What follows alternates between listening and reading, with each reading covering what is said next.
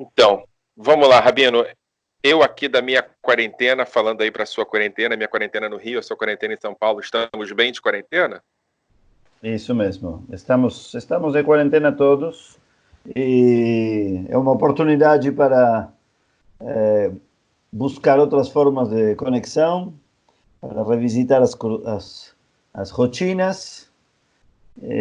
Alguns dizem que será uma oportunidade para completar pendências, mas acho que ainda não chegamos lá. Por enquanto estamos Ok. mais, por enquanto estamos mais invadidos por novas realidades do que completando pendências antigas. Uhum. A gente está fazendo uma série de programas, né, cujo nome é Religião em Tempos de Coronavírus, né? Uhum. A gente está conversando com gente de todas as religiões que a gente possa encontrar, sacerdotes, pastores, padres, rabinos, né? No caso do rabino é contigo. E a pergunta que eu faço para os outros e que eu vou fazer para os outros membros, para os representantes da outra religião, é o que significa a ideia da epidemia, se a ideia da epidemia existe nas outras tradições, e se tem algum significado específico. No judaísmo ela existe, né? A Magefá, ela está na prece de Yom Kippur, ela, enfim, nos alunos do Rabi Akiva. Como é que você explica a ideia, na perspectiva judaica, da Magefá, da epidemia? Uhum. Bom, justamente no contexto do calendário no qual nos encontramos, conhecemos as famosas 10 pragas que aconteceram no Egito. E uma das pragas era justamente uma peste. Uhum. Também a 10ª praga talvez seja ilustrativa, porque se tratava de um anjo da morte que passava pelas casas e, e as pessoas eram solicitadas para não sair da casa, para que o anjo da morte não os encontrasse. Isso, quanto à Bíblia, nós podemos ver isso. Depois na história, como bem lembrou você, encontramos na época rabínica a ideia de que os alunos de Rabi Akiva, alguns milhares, viram falecer por uma suposta epidemia. Se bem que existe uma outra teoria que diz que eles morreram em combate. E Uhum. até onde eu sei, isso é uma pergunta para historiadores, entendo que os historiadores, diferente de outras discussões históricas, concordam com as duas teorias. Acreditam que alguns morreram em combate e outros morreram pela epidemia. Ou Uhum. seja, que as duas coisas aconteceram. Do ponto de vista da narrativa religiosa, é interessante que alguns aproveitam uma para tirar umas mensagens e aprendizados e outros aproveitam a outra narrativa. Ou seja, os que preferem dizer que os alunos de Rabi Akiva, a elite intelectual da época, morreu em combate, preferem uma leitura mais antropocêntrica, digamos, do, da história, ou pelo menos uma leitura mais pragmática. As coisas, o destino está nas nossas mãos e depende do que nós fazemos, e cabe a nós resolver através da política e das ações o que acontece, e não olhar para tudo como milagres ou punições divinas. A outra ideia acreditará ao contrário. Porém, existe uma segunda leitura em cada lado. Uhum. Estão aqueles que dizem, não, como tanto a peste como a luta terminaram mal, porque os alunos de Rabi Akiva morreram, Uhum. alguns preferem dizer a narrativa da luta dá a entender que o mal está fora. O Uhum. problema, o fracasso da revolução de Bar Kokhba, da revolta dos alunos de Rabi Akiva, foi que os romanos eram mais fortes. Ou seja, Uhum. o mal está fora. Enquanto que aqueles que preferem a narrativa da doença vão dizer não, o mal está dentro. Foi uma fraqueza interna que trouxe a morte. Enfim, como todas as histórias têm leituras diferentes que trazem ensinamentos diferentes, mas isso, depois durante a Idade Média tem outros eventos de pestes possíveis que atingiram judeus e não judeus, e existe, como muito bem você insinuou, rezas que falam de sermos salvos de guerras, de fome, de angústias, de males de todo tipo, e entre eles aparece a Magaifá. Sim. Hum? Também o Dever. Dever é um tipo de peste também. Uhum. Então Rabino, essas coisas existem. é claro que a gente está falando de judaísmo, né? Enfim, você bem apontou aí que há várias interpretações, né? E há várias interpretações também de judaísmo. O judaísmo tem que estar no plural. Tem perspectivas Exatamente. judaicas, né? Tem perspectivas Isso. judaicas que utilizam uma perspectiva mais, por assim dizer, fundamentalista, que acabam explicando a existência de pestes, de magefot, né? De epidemias, a partir de comportamentos morais, né? Uhum. Uhum. Hoje também isso existe. A gente está vendo alguns rabinos de outra corrente que não da sua, mas e não todos, claro, bem específico por enquanto, mas correndo para dar explicações muito objetivas, não é? Por comportamentos que para eles são comportamentos moralmente condenáveis. A pergunta e aí você faz essa contraposição entre dentro e fora, né? entre a rebelião fora e a questão da Magefá dentro. A pergunta que eu faço, pode ser um pouco polêmica, me desculpa já de antemão, se é possível ter uma análise progressista dessa questão moral. Ou seja, se a ideia de vir de dentro não precisa ser uma ideia moralista, mas uma ideia moral. A noção de que os nossos comportamentos como sociedade nos levam a um acontecimento como esse, né? E não a prática de alguém ou de outra pessoa leva a isso. Ou seja, não é um castigo, mas é uma advertência. É possível fazer essa leitura ou ela é muito perigosa? 100%. Eu promovo esse tipo de leituras, Michel. Acho que foi muito pertinente a provocação. E nós temos alguns exemplos desse tipo de leitura promovida justamente pela tradição mais antiga, até pela Bíblia, eu diria. Ainda antes de falarmos em judaísmos e leituras modernas ou medievais, ou inclusive rabínicas. Bem antes ainda, nós podemos encontrar exatamente essa tendência que você está sugerindo. E vou dar alguns exemplos. Quando Caim mata Abel, o texto diz que Deus pergunta para Caim onde está seu irmão. Caim tenta se desentender do assunto, dizendo, se ignorar, se desresponsabilizar, dizendo, eu não sei, por acaso eu sou o guardião de meu irmão? Shomer achi anochi. E Deus responde, o que você fez? A voz dos sangues de seu irmão me chamam desde a terra. O fato do plural, os sangues, porque diz em hebraico exatamente em plural, Kol dmei achicha tzoakim elai min ha'adama, a voz dos sangues de seu irmão me chamam desde a terra, então, e depois volta a falar que a terra é malvada e maldita por absorver e limpar seu pecado ao invés de denunciá-lo. Como se a terra tivesse uma boca, que tivesse algo para dizer sobre o comportamento moral do ser humano e reagisse ou devesse reagir de um modo ou outro. Isso já é visto lá. Muito mais tarde, os rabinos vão recolher esse evento e vão dizer por que fala plural os sangues, porque são todas as gerações que poderiam ter nascido e vivido e morrido e produzido e mudado o mundo e não nascerão pelo assassinato do Abel. E daí que quem mata uma pessoa é como se matasse o mundo inteiro, e quem salva uma alma é como se salvasse o mundo inteiro. Esse é o final da leitura rabínica do episódio de Caim e Abel. Mas começa com uma denúncia em relação à terra. Como é que a terra reage a isso? Então, a terra grita, desde o fundo da terra existe um grito que denuncia o assassinato gratuito.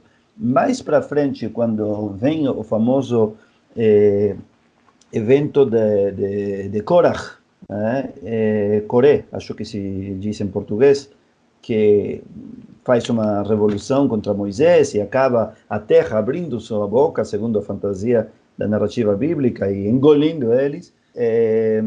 Também é recolhido isso como que a terra, a terra não consegue suportar esse tipo de falta de ética e demais. Quando Abrão e Lot discutem e brigam uns com outros, e Abrão propõe a divisão em paz, dois povos com duas terras, qualquer semelhança com a realidade não é mera coincidência. Ele diz, os dois crescemos demais, somos poderosos demais, a terra não consegue nos suportar. Isso vem, e mais para frente também nos encontramos com a ideia da mitzvah, o preceito judaico, bíblico ainda, antes de judaico, de cuidar das árvores no meio das guerras entre as pessoas.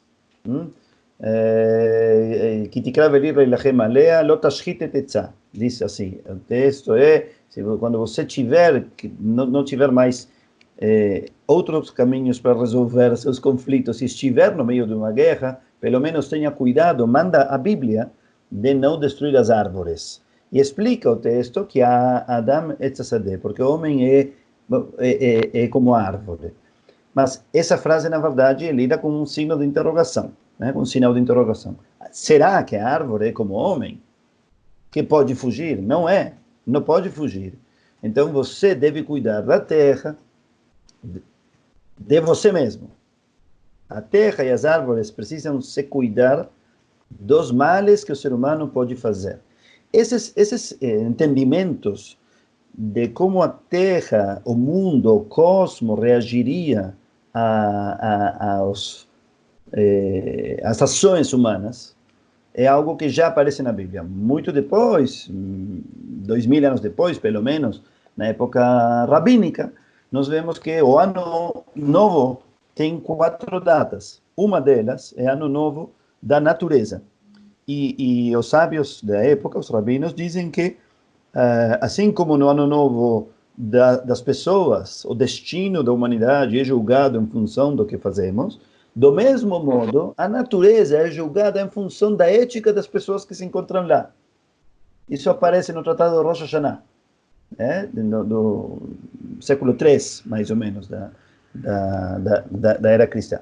Então, tudo isso para dar alguns exemplos de que essas questões acontecem, aparecem lá. Existe um midrash muito bonito, que eu estive citando nesses dias de coronavírus, que, segundo o qual, quando Deus termina de criar o mundo, e está por criar o ser humano, consulta com a natureza, né? Esse midrash está construído um pouquinho no fato de que, quando é criado no sexto dia o humano, Deus fala em plural. Diz, nasce Adam Betzalmeno, façamos um humano a nossa imagem e semelhança. Então, quem é esse façamos? Com quem está falando Deus? E a resposta que dão os rabinos é com o mundo. Deus consulta com as árvores, com as plantas, com os oceanos, com as montanhas, com os animais, se criar o homem também, o ser humano também ou não. Imagina, você que acha qual foi a resposta do mundo? Não. Exatamente, acertou, Michel. Todos eles disseram não, a votação foi unânime. O Midrash conta que a terra tremeu quando ouviu que ia ser trazido o ser humano justamente pela imoralidade. Não moralismo, sino moral, ética. E Deus se supõe que tranquiliza a existência, o ser, o mundo, a natureza, dizendo, é verdade, o ser humano tem um fator destrutivo que pode acabar com tudo, ou tudo pode acabar em resposta a como o ser humano é, mas também o ser humano tem a capacidade de melhorar, etc, etc.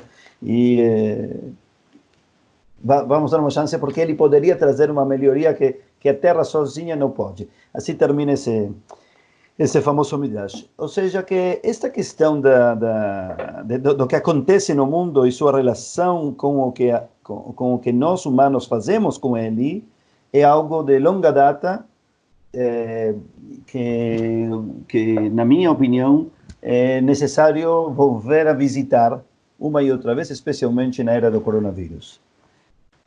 Deixa eu te perguntar, não tem aí um risco? Quer dizer, alguns rabinos, ou até pastores, ou padres, vão fazer interpretações muito mais específicas do que essa universal que você acabou de fazer, não é?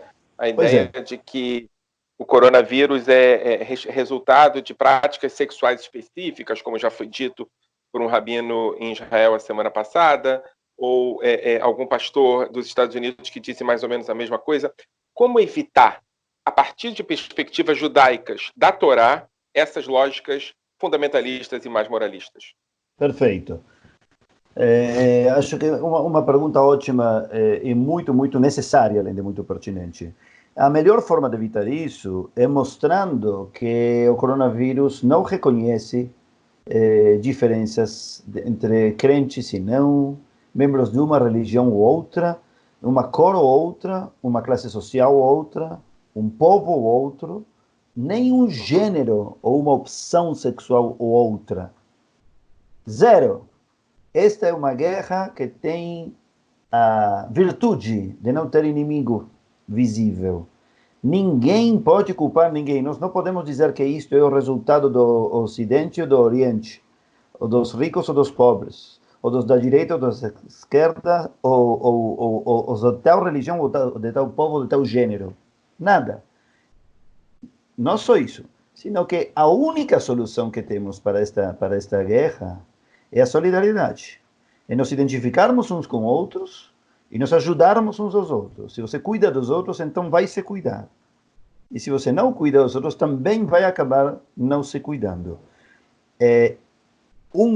Esta luta tem essas características bem claras. Não tem um inimigo visível, ninguém é culpado, e não tem outra solução que duas: solidariedade, empatia, identificação de todos com todos, responsabilidade coletiva, universal, e estudo. O único que vai nos salvar aqui é estudar e ciência.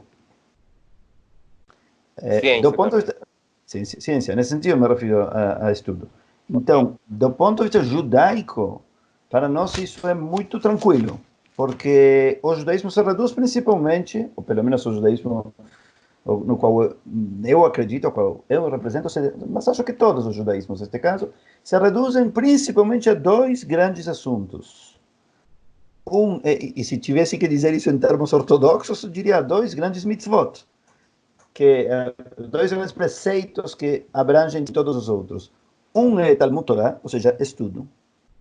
E outro, e neste caso eu falo em ciência, claro, não me refiro somente a estudar estudos religiosos de nenhuma religião, estudos em geral, o cultivo do ser humano como um ser inteligente e, portanto, responsável.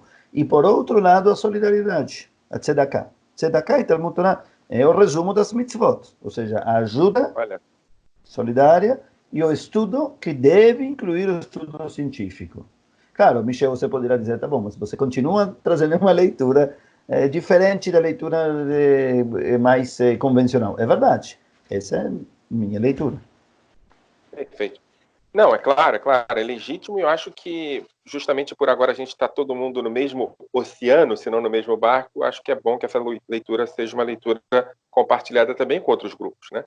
Você tinha Claro. dito, Rabino, lá no início, da metáfora da última praga, da praga dos primogênitos, né? Uhum. Aproveitando, tentando fazer uma conexão com a contemporaneidade e com o nosso período. Eu fiquei pensando que tem duas metáforas aí, né? Tem a primeira metáfora, que é a metáfora do ficar em casa, que você disse, que eu acho, né? Também a questão é o que é a casa? A casa é a nossa casa, no caso da quarentena, a parede, etc. Ou olhar para a nossa casa, mundo, como você bem disse, eu acho que são duas metáforas que não são contraditórias. E tem uma segunda questão que eu acho importante, que é a questão do Bechorot, né? Dos primogênitos, né? Que Uhum. podem ser os filhos mais velhos, mas a pergunta é se a percepção dos mais velhos aqui também não é uma percepção importante, porque, afinal de contas, esse coronavírus nos dá uma outra tarefa, que é a tarefa de olhar para os mais velhos como sendo as maiores vítimas. Uhum. Será Uhum. que aqui no Makata Bechorot, na praga dos primogênitos, a gente não está olhando essas duas perspectivas? A necessidade de olhar para a nossa casa e de ficar em casa, e a necessidade de olhar para os mais velhos? Acho uma proposta muito interessante a sua, Michel, mais uma vez, porque nos perguntarmos primeiro sobre qual é a casa. E aí temos também grandes desafios na contemporaneidade, porque, por um lado, às vezes parece como que nós abandonamos nossa casa pelos grandes projetos, as grandes carreiras. Existem esses fenômenos já tantas vezes provados dessas pessoas que são extremamente sensíveis e proativas em grandes causas mundiais e em casa não aplicam nenhum desses conceitos, né? Aqueles grandes defensores de direitos humanos e lutadores contra a violência doméstica que chegam em casa e batem nos filhos e na esposa e demais. Mas eles são os primeiros legisladores, muitas vezes. Infelizmente, tem muitos exemplos desses em vários países. E assim por diante, pessoas que ajudam a grandes causas e têm na própria família pessoas pobres, que não conseguem pagar suas contas. E vice-versa. Existem alguns que só se ocupam dos muito, muito próximos, e veem só neles humanidade, e todo o resto é objeto. Ou é rival, ou é adversário, ou é inimigo. Na minha leitura do símbolo da mezuzá, aquele pequeno pergaminho que colocamos na tradição judaica, nos marcos da porta, minha humilde leitura desse ritual é justamente colocar esse tipo de valores no limite entre o fora e o dentro. Para que se você é muito bom em casa e muito ruim fora, reconheça que também o fora é casa. E que também existe a humanidade dos outros desconhecidos. E vice-versa, se você é uma pessoa maravilhosa nas grandes lutas e as grandes ações e é muito complicado em casa, traga esses estándares também para casa. Então, qual é essa casa? Onde é que devemos nos sentir em casa e devemos nos sentir responsáveis? É uma perfeita e enorme pergunta para esse momento, uma proposta de revisitar, né? E o judaísmo trata isso bastante também, né? Sobre o que se chama Rashut HaRabim, Rashut HaYachid, né? O domínio público e o domínio particular, e como deve um comportar-se num e outro, e que coisas são do bem comum e quais não, e como as coisas se misturam, e de fato tudo é uma grande casa. Essa é uma ideia muito bonita, o fato de que Deus, que teoricamente mora em toda a terra, e seu teto é todo o céu, pensa que seja construído para ele uma morada, ou para ela, enfim, Deus não é ele ou ela, também um de tantos desafios que falam sobre a pergunta de qual é a casa, onde é que nós devemos nos sentir em casa, né? E por qual casa devemos render contas. E a questão dos idosos, acho que é um tema extremamente relevante. Nós somos filhos ou netos ou bisnetos de gerações que costumavam ter em casa as fotos de seus avós, de seus bisavós. Nós entrava numa casa tradicional e sempre estavam as fotos dos patriarcas da família. E hoje em dia é todo o contrário. Hoje em dia temos nossas redes sociais repletas com as fotos de nossos nenéns. E os velhos não ficam bem na foto. E aparecem menos. E são menos ouvidos, são menos cuidados, são menos atraentes. Todo mundo quer ser jovem. Parece que essa é a única forma de beleza. E é o único que é cool. E é o único que é in. E é o único que é interessante. E de repente vem uma doença a nos dizer que nossa primeira responsabilidade é com eles. Então, realmente acho que são dois enormes desafios. Eu queria acrescentar mais uma questão sobre este momento, e é o mandamento de escolher viver. Você sabe, Michel, que Eu ia falar sobre isso agora. Então, pode formular a sua pergunta, se quiser. Não, perfeito. Continua que eu aproveito ela, sim. O Pentateuco, a Torá, que para nós é a parte mais importante, mais antiga, mais primária de toda esta civilização, termina, nós como Filhos da era do marketing, sabemos que a última linha é a mais importante, né? Então, a última mitzvah, o último preceito, a última frase impositiva, o último mandamento é escolha viver. O Vachartá Bachaim, escolha pela vida. E diz pela vida em geral, pela vida de todos, para viver, para que viva a sua descendência, escolha pela vida. Como se não é possível escolher apenas pela própria vida. Escolher a vida e pela vida é a vida de todos, ou de ninguém. E é um mandamento, como se, apesar de que a gente não escolhe nascer e não escolhe morrer, a vida, as cartas do jogo da vida se jogam o tempo todo. E este coronavírus talvez venha a nos ajudar a resgatar e revisitar esse nosso compromisso com a vida, que parece, às vezes, que é óbvia e não é. Pois é, Rabino, e eu fico pensando, né? Eu pensei no Bacharat HaChaim e pensei também no Kiddush Hashem versus Kiddush HaChaim, né? Kiddush HaChaim. Porque a santificação de Deus versus a santificação da vida, né? Em alguns momentos da história judaica, e aqui já falando um pouco mais contemporâneo, né? A gente teve a necessidade de santificar o nome de Deus escolhendo pela vida, não é? Me refiro ao Holocausto, onde até mesmo as questões mais graves tinham que ser colocadas de lado em nome da vida, né? Agora, por exemplo, a gente tá testemunhando isso, né? Falei aqui de correntes mais ortodoxas, tem correntes ortodoxas que estão absolutamente comprometidas com isso, fazendo rezas fora da sinagoga, fazendo rezas por distância, por internet, etc. E tal. Ou seja, aqui há uma percepção que muito tem a ver com essa experiência da nossa experiência histórica do Holocausto, de escolher pela vida, apesar das mudanças radicais que isso pode causar na vida de um judeu religioso, de um judeu ortodoxo, né? Eu não pude deixar de pensar, escutando você falar agora, essa última frase, Rabino, numa experiência muito específica. E me perdoa por ser radical no que eu vou falar agora, mas a experiência do Rumkovsky, do líder do gueto de Lodz. Rumkovsky, sim. Rumkovsky, sim. Que optou não pela vida, mas pela produção. Em algum momento, ele teve que escolher entre as crianças serem enviadas para a câmara de gás e a produção continuar. Ele optou pela produção continuar e as crianças serem levadas pela câmara de gás. Será que isso não dá para a gente entender o que está acontecendo hoje nessa perspectiva mais histórica do judaísmo, mas que também dialoga com essa dimensão de mitzvot que você falou agora? Michel, a situação da Shoah é talvez a mais trágica que possamos imaginar.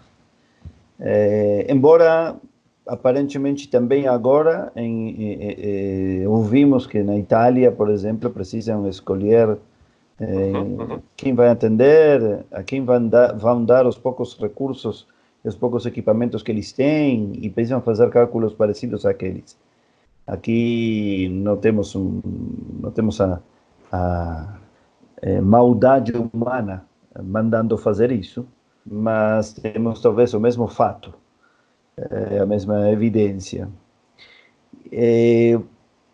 No caso do Rumkovsky, eu ainda, e talvez por uma questão emocional de ser filho de sobreviventes e de vítimas, acho que as pessoas que passaram pela Shoah são intocáveis, são injulgáveis. Todos os atos parecem ser atos nobres. A pessoa que se suicidou, a pessoa que lutou, a pessoa que se escondeu, a pessoa que guardou comida, a pessoa que roubou comida, e a pessoa que podia ter se salvado e ao invés de se salvar foi ficar com os avós, ou com os filhos, ou com os alunos, ou com os membros da sua comunidade, se não rabino, para fazer com que esses últimos minutos fossem mais leves. Essa era a sua forma de viver e de morrer como humano. Essa, na minha humildíssima diante deles opinião, é uma forma de escolher a vida. Inclusive, se a forma, em alguns desses casos, tinha morte. Rumkowski tem também várias leituras, né? Alguns dizem que ele queria continuar a produção para poder salvar outros. Se não tivesse nenhuma produção, não poderia ter salvado a ninguém. E talvez iam ser todos mortos. Que de todo modo foram todos mortos. Mas nós temos essa leitura post-factum. Ele não tinha, e os nazistas se enganavam constantemente, davam a entender que se você nos entregar agora 100, nós vamos salvar os outros 1000. Só que depois pediam outros 200. Claro. Então, é realmente uma situação muito complicada. De qualquer modo, o que sim fica claro que sempre se trata de escolher a vida.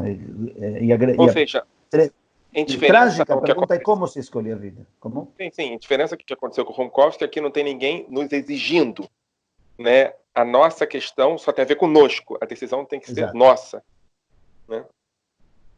Exatamente. Parece que é clara, em termos de ética judaica, qual deve ser a decisão.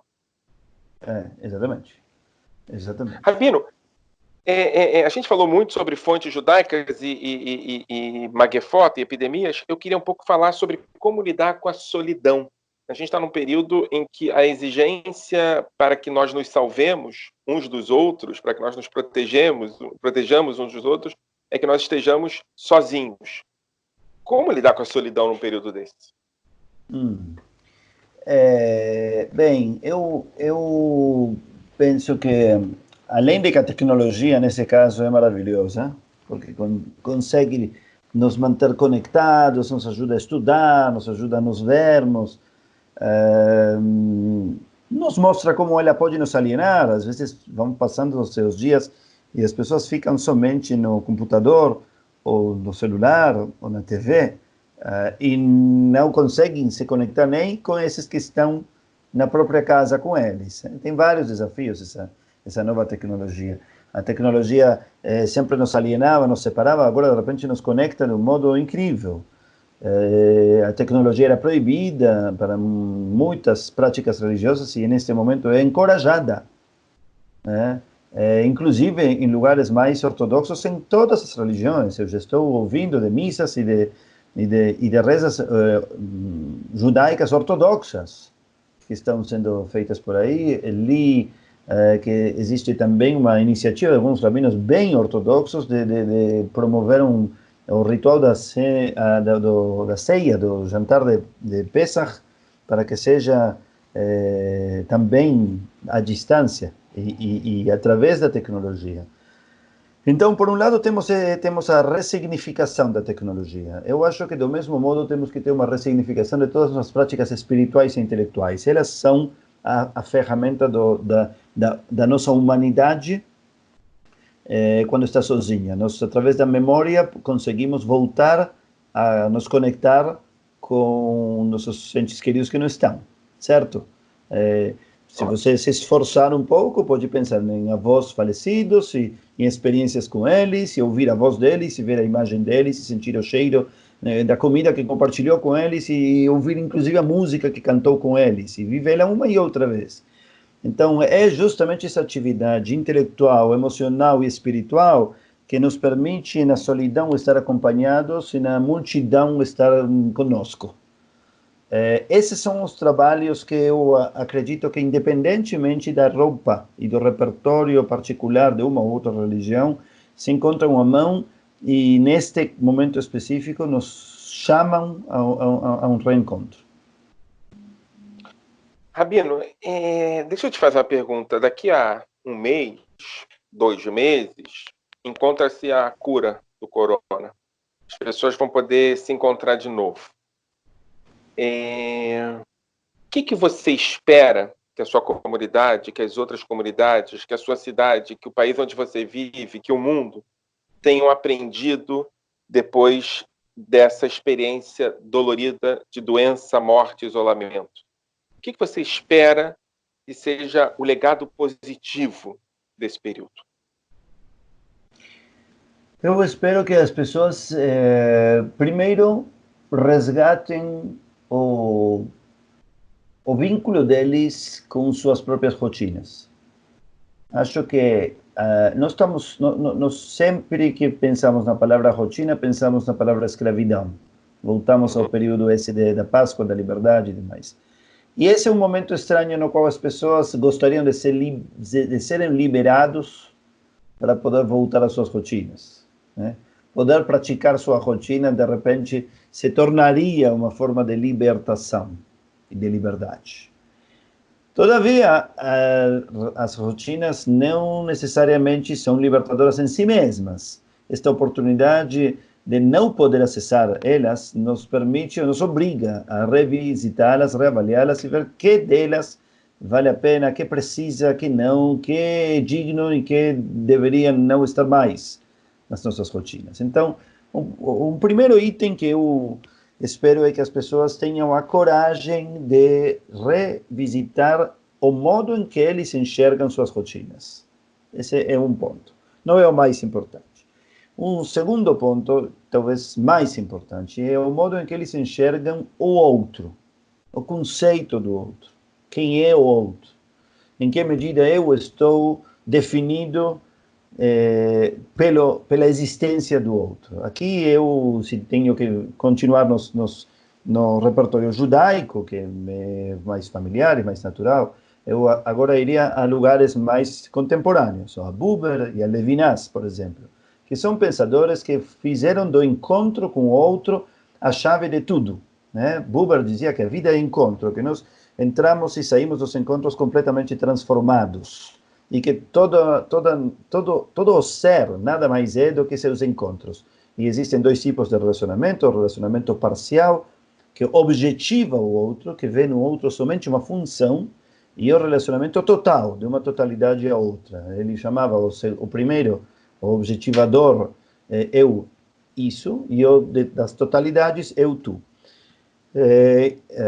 Nós agora que estamos no coronavírus, diante do coronavírus, e vamos a nos reencontrar um dia com o outro, temos que voltar a ver como são esses nossos relacionamentos, em que medida eles nos definem mais e mais. Quantos desses são eu, isso, e quantos deles conseguimos que sejam eu, tu. Ou quantos minutos conseguimos num dia experimentar algum relacionamento de totalidade a totalidade e não de um sujeito a um objeto, a um sujeito, a um outro sujeito que foi objetivado por nós, usufruído, no sentido de se tornar uma ferramenta apenas.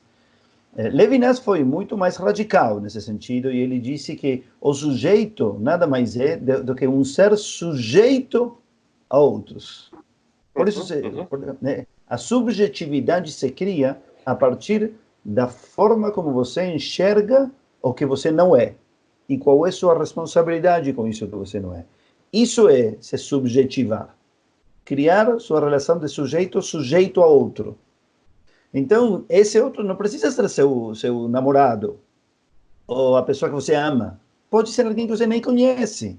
E por isso Levinas fala do rosto do outro, os olhos do outro. Você viu, no minuto que você enxergou um par de olhos te olhando, pronto, seu sujeito voltou a ser redefinido, porque foi chamado pelo outro.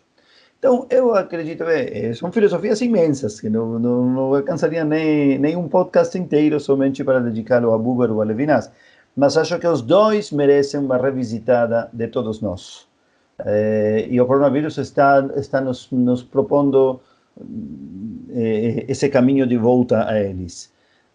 Então, eu espero que as pessoas saiam ao reencontro com suas rotinas, com seu tempo, com seus objetos, com suas forças e fraquezas, e especialmente com seus semelhantes, sejam eles mais próximos ou mais rivais, mais adversos ou mais afins, e se atrevam a ver em que medida eles são eles. Quer dizer, todos somos, de algum modo, na diferença, e precisamos continuar na diferença, mas na harmonia. Como é que somos todos juntos? Rabino, você não vai à sinagoga hoje ou vai? Não. Hoje, nós, como todas as sinagogas do mundo, acho, e também outras instituições religiosas, não fazemos mais serviços públicos. Nós fazemos serviços transmitidos, porque justamente queremos promover essa escolha pela vida, que neste momento consiste em ficar em casa. Mas para amenizar isso e para significar isso, inclusive para reforçar, nós fazemos serviços transmitidos. Então a gente se encontra daqui a pouco na telinha, porque isso é uma experiência interessante. Eu no Rio posso participar do seu Shabbat em São Paulo, né? A experiência Exatamente. de que nós estávamos isolados em lugares geográficos, agora ela quebrou. Eu posso estar em qualquer lugar que eu quiser. Exatamente. Chegamos a uma situação muito paradoxal, né? Porque você, justamente, é um grande exemplo. Você mora no Rio e eu em São Paulo, nunca nem pensamos que você poderia participar do meu Shabbat. E agora é uma oportunidade. Quem sabe essa parte do coronavírus veio para ficar. E todos podemos nos transmitir e nos visitar através das redes e compartilhar também momentos espirituais e intelectuais e talvez devamos continuar fazendo isso também quando já possamos nos encontrar pessoalmente para tender mais laços e mais braços, né? Shabbat Shalom, e agradeço, e a gente espera que a gente possa efetivamente se encontrar em breve. Shabbat Shalom, obrigado pela entrevista, parabéns pela iniciativa e que tenhamos tempos mais e mais solidários, sábios e repletos de vida. Eu que agradeço. Um abraço, Rabir. Um abraço.